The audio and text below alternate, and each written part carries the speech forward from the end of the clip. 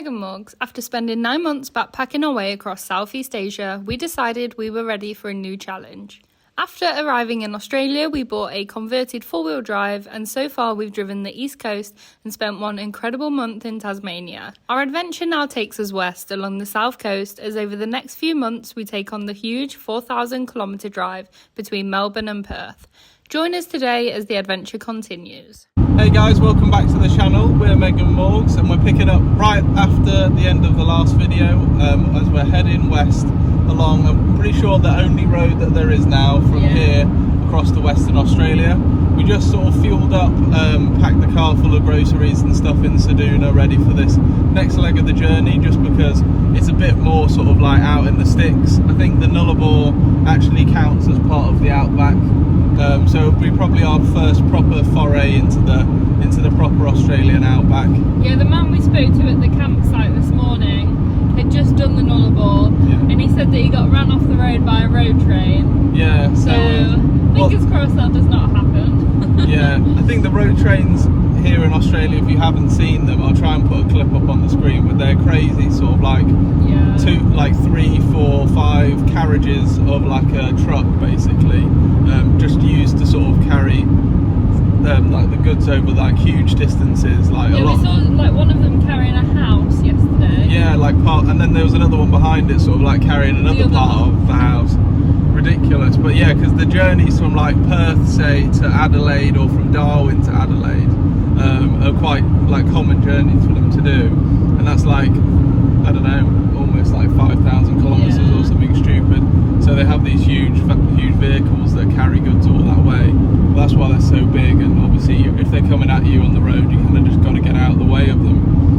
We're excited for this journey though. It's kind of a bit more of like a wilderness than what we've been to before. We've probably been to some more like wild places in Australia, but this just kind of, because of the reputation of the Nullarbor and it being such like a vast, almost like a wasteland, I guess, it's kind of a bit more of like an exciting feeling. And we're also excited to go to state number 7 as well. Yeah, state number 7 out of 8. Yeah. In Australia, crazy. But yeah, we're really looking forward to this next bit, seeing what we can get up to and what the Nullabor's like, and we'll take you along with us. When driving the Nullarbor, there really isn't that much to keep you occupied in terms of stops off at the side of the road. It's just petrol station every a couple of 100 kilometres. Put on a good playlist, and perhaps you might see something interesting out of the window every couple of 100 kilometres. This over 1,200 kilometre stretch of road is some of the most remote driving that you'll do on any main road across the world. It really is attested to by the scenery, where there really isn't anything as far as the eye can see. So a little update for you. We're still going on the road. We've just been driving probably for like 3 hours now. It's pretty much been 3 hours of nothingness really. We stopped off at another petrol station, filled up, not that much, maybe like a quarter of the tank up to the top, but we then passed a sign that said there wouldn't be another fuel station for like 300 odd kilometres, and then we passed another sign that said there wasn't a shop for like 1,000 kilometres or something stupid. But yeah, so we are going to be heading towards the coast soon to the, I think it's called like the Great Australian Bight or something like that. That was just a sign for the start of the Nullarbor. And we can kind of tell, because it was all like lots of like forest all the way, like bush. And bushlands, sorry, not forest. And then now all the like the trees have kind of just like given way to just like, I guess what you call like scrubby kind of like short little like things that look like heather and grass and stuff. And that's as much as it is like as far as the eye can see, pretty much. But we've got to pull off here in like a couple of minutes, and then we head down to the coast to look at the cliffs, just because it's quite a famous point on this road basically, and there really aren't that many places to like stop off and see things. Yeah, it'd be good to stretch our legs. Exactly. The issue is that like you don't want to stop for too long, because then all the caravans that we've overtaken are just going to zoom past, and then we'll have to overtake them all again. So it's a hard one. Yeah, we've been overtaking caravans, getting scared when road trains go past, just like the usual sort of thing that happens on these roads. But yeah, there's a campsite near here as well, that like 30 odd kilometres away, so like half an hour drive. and then the next one's like 290 kilometers. So we're kind of just weighing up whether we want to drive for another like half an hour, 40 minutes and camp, and then we'll be like 3 o'clock by the time we get there, or whether we get somewhere and it's like 6, but sunsets are like 6:30 now, so I think we're probably gonna err towards the side of stopping, because we've already driven like 5 hours and it might be like that by the time we get there. So yeah, we got our tickets. It was $18 for the both of us, so $9 each. Not too bad. We'll let you know if it's worth it. Yeah, I mean, it looks like some lovely views, and there really isn't much for us to do over the next like couple of days of driving, so we thought, you know, it was worth a stop off. They've got like toilet facilities, a little cafe, some ice creams, that sort of thing. It's good to stretch our legs. Yeah, and I think there's like a little couple of walks you can do, so it's much better in like whale season, which I believe is like May to October. Yeah, and that's sort of like peak from like June to September, I think. So yeah, I think you can like whale watch basically here. So we're just gonna have a little walk around.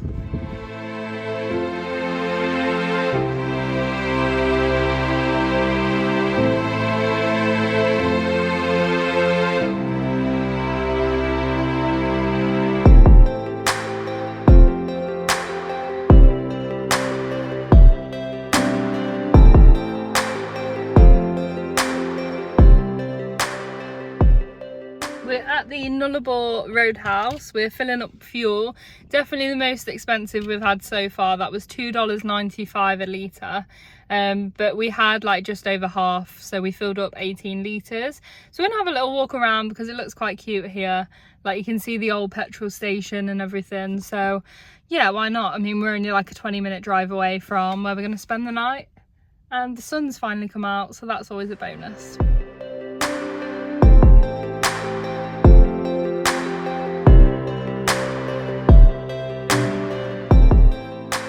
Right, we've got a little sit rep for you. So we were going to stop off at this little stop, like 5 kilometres off the road. The road that we were driving down was literally terrible, like, you know, huge rocks on the road, and like Meg could only drive like 5 kilometres an hour, and it was like 5 kilometres to the campsite down that road. And the thing is, like, we don't want to give ourselves a puncture when we're so far away from like a mechanic. The last thing we want to do is put ourselves in like a situation like that. Yeah, and it's just the fact that it will take, if we're going 5 kilometres an hour, it's going to take us an hour to get there down that like horrible road with all like the concentration and tiredness that it would bring. So we made the executive decision to just like sack it off like a couple of minutes into the drive, and we're gonna just drive as far as we can down the road until we find like a decent camp spot or something. Yeah. There's a couple of options along the way. Worst case, we could just drive all the way to the camp spot, like, which is like almost 3-hour drive across the border into Western. But there is like a couple of spots like along the way that we might be able to camp at, so we're just going to kind of just see how it goes. Really, it's a very like commonly driven route. There's lots of cars on the road. I'm sure, like, you know, we might be able to get a bit of help off someone for a good spot, but Wiki Camps isn't really showing us much, so just have to see how it goes. But yeah, we're going to drive and then see where we end up. As well as the vast distances to drive through and the sparseness of activities, there's also the changing of multiple time zones for you to have to consider with. We just had a funny moment. So we've been driving pretty much all day. We left at like 9 o'clock. Yeah. Well, no, like when I started driving this morning, I think it was like 8 o'clock, 8:30. And we're still driving now, and it was like 5:30. 5:30. And then we just got some service on our phone, and we've obviously just gone over the time. What do you call it? Like time zone. The time zone, yeah, and it's gone back to 10 to 4.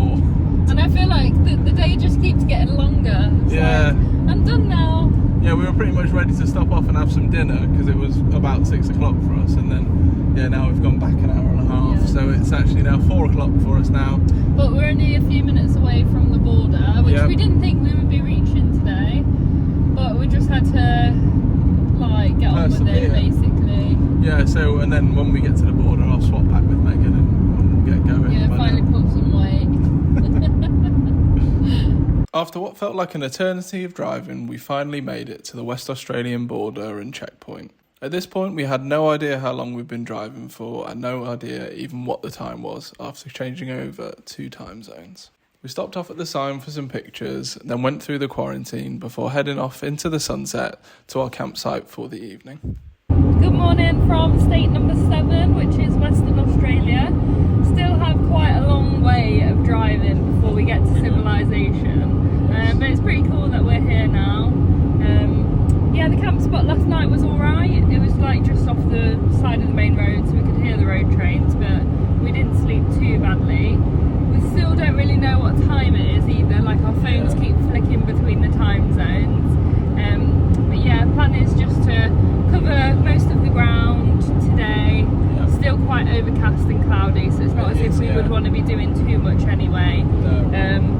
There's a little stop. We're going to drive about 2 hours, and there's like a little lookout over the cliffs, I think, near a place called like Cocklebiddy or something like that. Yeah, I think it's called like the Air Bird Observatory. Yeah. So we might go there. We'll see what the weather is saying. He's just started spitting, yeah. But yeah, these roads are crazy. Like, we were driving down a bit after we crossed the border yesterday, and it said it was like an emergency airfield. Yeah.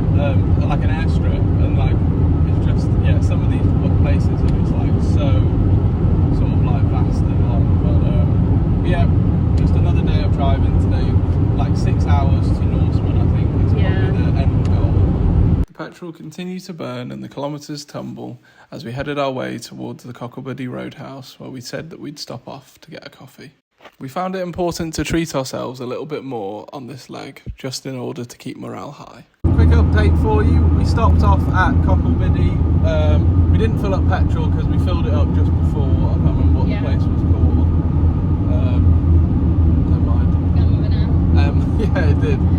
There's lots of places like that they have like I don't know, like roadhouses and places like you could stay overnight and like little hotels and stuff.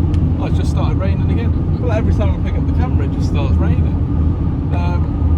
But yeah, and like, although we were kind of a little bit apprehensive before about fueling up and stuff, there is definitely enough fuel stations along the way. You wouldn't sort of like run out unless you might have been driving something that's really unfuel efficient. Like every, I don't know, like 200 kilometres, there's definitely one.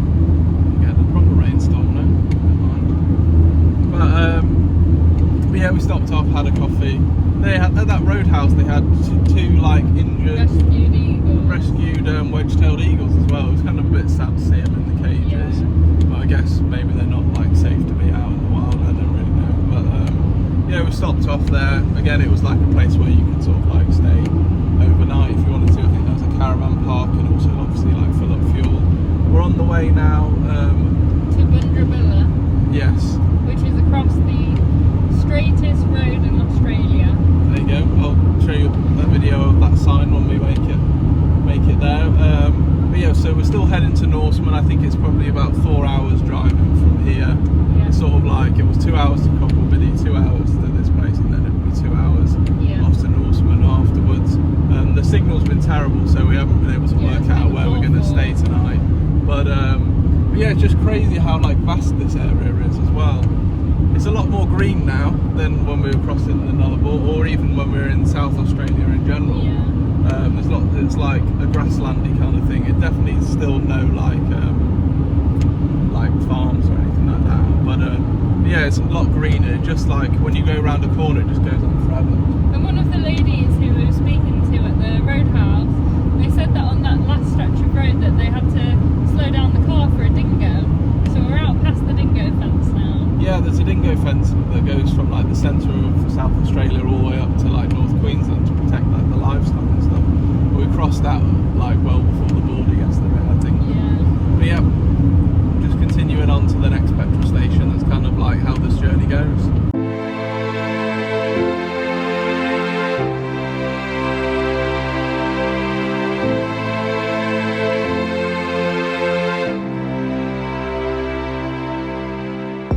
Just like that, we've made it to Norseman.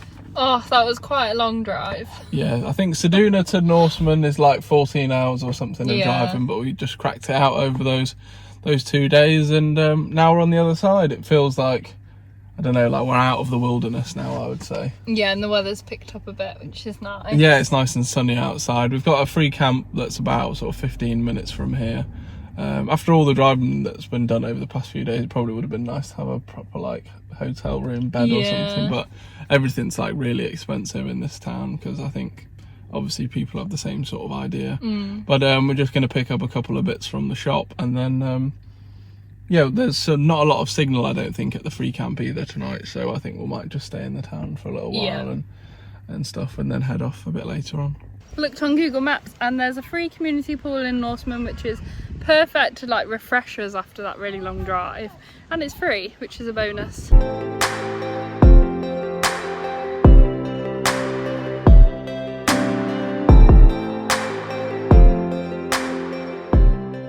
Good morning. So last night after we had our swim in the afternoon, which was really nice, although the pool was absolutely freezing. So cold. Yeah, I was just stood on the pool, sat by the pool for a little while, and the man that was swimming in the pool like before us, when he was having a walk around, and he said I had to man up and get in. But yeah, we had a nice swim. It was good just to kind of, I don't know, blow the cobwebs away. Yeah, because we've been sat down for like, I don't know, 2-3 days, like not really doing that much exercise and stuff, so it was really nice to have a swim. And then we just head to our campsite. I think it was like Burgess Dam or something. I'll put the location on the screen. It's like 20 minutes from Norseman. Yeah, but like further towards Esperance, which is nice because obviously we were planning on going that way anyway. It was a lovely camp, free camp. The flies were a bit like... Yeah, literally since we crossed the border, the flies have been relentless. Yeah, so that's obviously something that we come to expect in Western Australia. Yeah. But yeah, we're just heading to Esperance now, just driving down that road to the coast. It's not a particularly very nice morning, very cloudy, but the weather is supposed to brighten up throughout the day, and the rest of the sort of like the end of this week, start of next week, it's supposed to be lovely. So yeah, fingers crossed it brightens up for us. We booked ourselves into a campsite, like a holiday, well not like a holiday park, but Dunn's Eco Park. Yeah. And it was just over $30 a night for the both of us, with like all the facilities, so like hot showers, kitchen and everything. Because honestly, like the choice of free camps around Esperance is not good. Like that's probably one of the closest, and that's like almost a 2-hour drive away. Yeah, like if you think about the petrol that you'll be using in that drive, it just works out better to pay for a camp spot. Yeah. And it'll be nice to have a shower and all of those things. So yeah, we're looking forward to exploring some of the best beaches in Australia. Yeah, it will be really nice to be down there. We've got one night, we were very lucky to be booked into the Lucky Bay campground. Yes. I don't know how Meg swindled it, because I think you have to book like 6 months in advance. I booked like 4 weeks ago. So luckily we're still like on track timing wise. Yeah, but we're a little bit ahead of schedule, so that's why we've booked into these campsites. But yeah, that's on Sunday, so we've got like 3 nights at this place. Yeah. And there's loads to do along this coastline, lots of cool beaches like Warton Bay. And it would just be nice to like slow down after like so many hours of driving, basically. Yeah, might just sit and not do too much for a little while, and read a book, or and then just explore the beaches when the weather gets good. Of course, the campsite was down the worst corrugated road that you could imagine, but they always are. But when we arrived, the facilities were really great, complete with a camp kitchen, tables, some really nice camp spots. They had clean toilets and semi-warm solar showers because we weren't having the best weather at the time. We both also really enjoyed the free fire pits and firewood that was provided. It was a nice way to end our days. If anything was poisonous, it'd be that. That is gross. After the recent poor weather, we woke up the following morning to blue skies and didn't waste any time in packing up the car. We had a special beach destination that we really wanted to visit.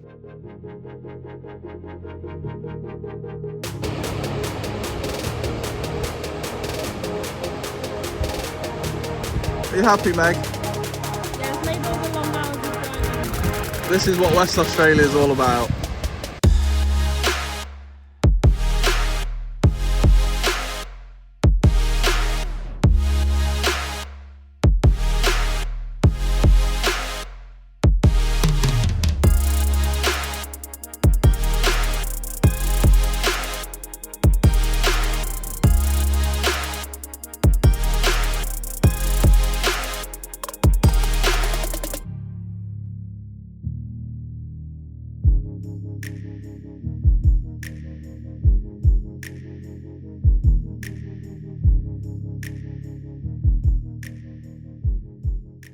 So we drove around 35 minutes to Wharton Beach, which is the lesser known beach in the Cape Le Grand National Park.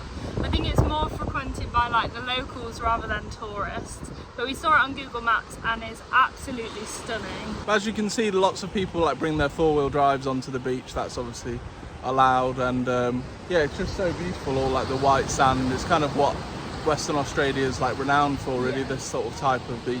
There's a little viewpoint, I think, that we can sort of do a little walk up to, so we're going to plan on doing that now. We didn't really expect the weather to be so nice, so when we woke up and it was kind of like bluish skies with a little bit of cloud, and well, the sun was shining, that we thought that we should get up and out. It's quite early, and as you can see, it's still sort of like filling up on the beach. Yeah. So I guess like with all the spots, if you come early, it'll be a bit better, a bit, you know, a bit quieter and whatever. But it's kind of a little bit too cold to like sit on the beach and like sunbathe or have a swim and stuff. It's kind of like, I don't know, probably like around 19, 20 degrees. So if we were back home, we'd probably be doing that. But yeah, we kind of got used to it being a bit warmer. We're gonna have a little walk up this trail though.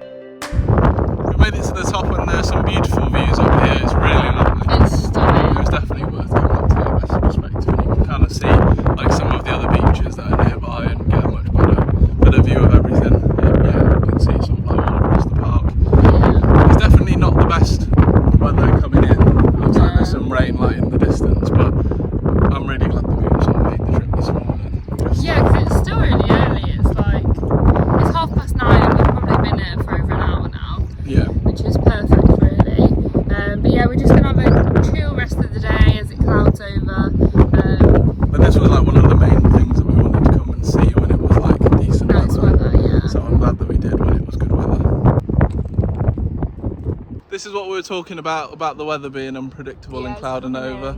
There's definitely some rain coming over from that side, because I mean, if you look over here, oh, look at that, summer's day. But yeah, I'm gonna go back to the car now just because it's cold when the clouds cover up the sun. Morgan's in his Bear Grylls era and he's been enjoying the fire pits that you get at this campsite. But we've had quite a lazy day. It's nice to have some hot showers here. Like the cooking facilities and everything's really good, which obviously is what you get when you pay a bit of money. But I think after the Nullarbor, like, it was needed, really. Yeah, just like driving 8 hours a day for like a couple of 3 days straight is like, it's quite tiring and a bit long. And just in general, like sleeping in the car is kind of tiring and stuff. It's just nice, like here, like there's a camp kitchen, so I can just literally like boil the kettle if I want to make us a cup of tea. Like little things like that is really nice. And these fire pits are lovely. Made a nice dinner tonight. We had some sausage pasta. Yeah, had a hot shower. Now we're sat by the fire. Like, it's the small things in life. It is, yeah. Yeah, we're having a good time here. Good morning. So, something that you might not associate with Australia is cloudy weather. But it's been cloudy here for about ever since we left Adelaide, really, on and off. On the Nullarbor, you would have seen in our video, we had rain, and then it's not really been sunny, which for a car with the solar panel, and obviously we're relying on it for our electricity for the fridge, which obviously is all our perishable food in. We haven't had the power basically to continue charging it up. So this morning I went to go to the fridge. Thankfully everything's still really cold in there. We have it set at 5 degrees, which is probably a bit low, but it's one of them things. But I'll show you now. The fridge is I don't think there's enough charge in the battery to be drawing out to the fridge in the 12-volt system. So basically we've taken, thankfully, the stuff out of the fridge into the fridge in the camp kitchen where we're staying. We're very fortunate that that's the case where we're staying, until we get a bit of solar to charge up the battery. And thankfully the forecast is looking good for the next few days. But it's just one of those things that's like a reality of travelling around and camping. There's always lots of things to keep maintained, but thankfully, like I said, here we've got the camp kitchen, so we can keep everything cool until tomorrow. And you know, we are going to sort of have a bit of better solar. There is an option I think you can get with these King's batteries, is something where the alternator charges your lithium battery for the car, so you can have it all sort of plugged in a system. It's quite a faff because obviously you have to have wiring running through the front through the dash, and then obviously in towards your battery. We didn't go for it because it was expensive, and obviously we'd thought that the weather would be all right. But yeah, thankfully we've got the kitchen here, so we won't have any issues, and we caught it in time. But yeah, just a little reality for you. Good morning. We just left the campground that we've been staying at for the past 3 nights. It's been really nice to sort of have those facilities available. Like, we had a nice, not so hot shower this morning, but it was still nice to have a shower, and you know, having the kettle and the kitchen facilities, and it was handy for our fridge situation to, we had like fire pits with free wood and stuff like that. Like, it was really nice. Yeah, we did like s'mores on the fire last night and stuff. It was a really nice place. It was like the Duns Eco Park campground or something. It's a great location for the Cape Le Grand National Park. Yeah, if you're not lucky enough to get like one of the camp spots on the beaches, definitely recommend staying there, because it's just like a 25-30 minute drive to all the best beaches. And also it's handy as well, because those campsites in the national park, you have to pay like a national parks pass fee to like stay per day or whatever to access them. So if you want to, you know, this place is slightly outside of the national parks, so then you can sort of like visit and then not sort of have to pay the overnight fee for your car as well as the campsite. So that's another handy thing. But we'll put like the location or the details on the screen for you. But yeah, this has been a bit of a higgledy-piggledy video, in the sense that like we started crossing the Nullarbor, and now we're here over in Western Australia, and it started exploring the beaches. But we'll finish this video here. We really hope you've enjoyed the video. It's kind of been obviously a lot of like a range of stuff for you to see what we've been up to. But that's just how these past couple of days have been for us. And we like to keep it, you know, real on what we're actually doing and stuff. And then the next part will be probably the journey, you know, Albany to Esperance, and we've got lots of other stuff planned, and like in the beaches nearby, like our campsite tonight at Lucky Bay, which we're looking forward to. But yeah, we really hope you've enjoyed the video. If you have, please make sure to like and subscribe, and we'll see you in the next one.